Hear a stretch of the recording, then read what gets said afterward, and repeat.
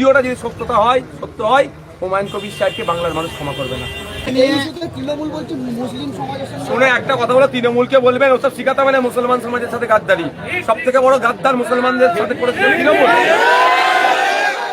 গাদ্দারি কে মুসলমানদের সাথে করেছে? ওবিসি নিয়ে গাদ্দারি কে করেছে? রাস্তাঘাটে দুর্গাপুর থেকে শুরু করে বিভিন্ন জায়গায় মব লিঞ্চিং হচ্ছে মুসলমানরা পশ্চিমবাংলায়। কার সরকারের আমলে?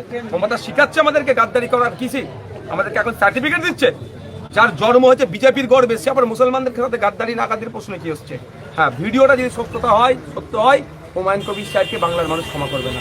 আমরা কোনো মতেই বিজেপি বাংলায় দাঁত ফুটাক, এই রবি ঠাকুরের মাটি, নজরুলের মাটি, রামমোহনের মাটিতে কোনোভাবে আমরা মানবো না। কিন্তু ভিডিও সত্যতা যাচাই করা দরকার এবং দ্রুততার সাথে যাচাই হোক।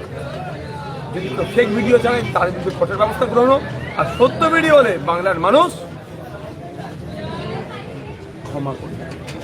এসআই নিয়ে আন্দোলন করতে গিয়ে আইনজীবী মোফাজ্জল ইসলাম অ্যারেস্ট হয়েছে এবং মমতা বন্দ্যোপাধ্যায় বলছেন কালপিট। তাহলে আমি অনেক আগে আমরা বামপন্থীরা আমরা বলেছিলাম কি এসআইআর এর মূল চক্রী হচ্ছে, এসআইআর নিয়ে মানুষকে হয়রানি করার মূল যে হোতা তার নাম মমতা ব্যানার্জি, বলেছিলাম তো। এবার বিশ্বাস হচ্ছে এসআইআর এ আপনার নাম কাটা গেছে, আপনি আন্দোলন করছেন, আপনাকে গ্রেফতার করিয়ে আপনি সমাজ বিরোধী তকমা লাগানোর চেষ্টা কে করছে? মমতা ব্যানার্জি করছে। বাংলার মানুষ বুঝুক।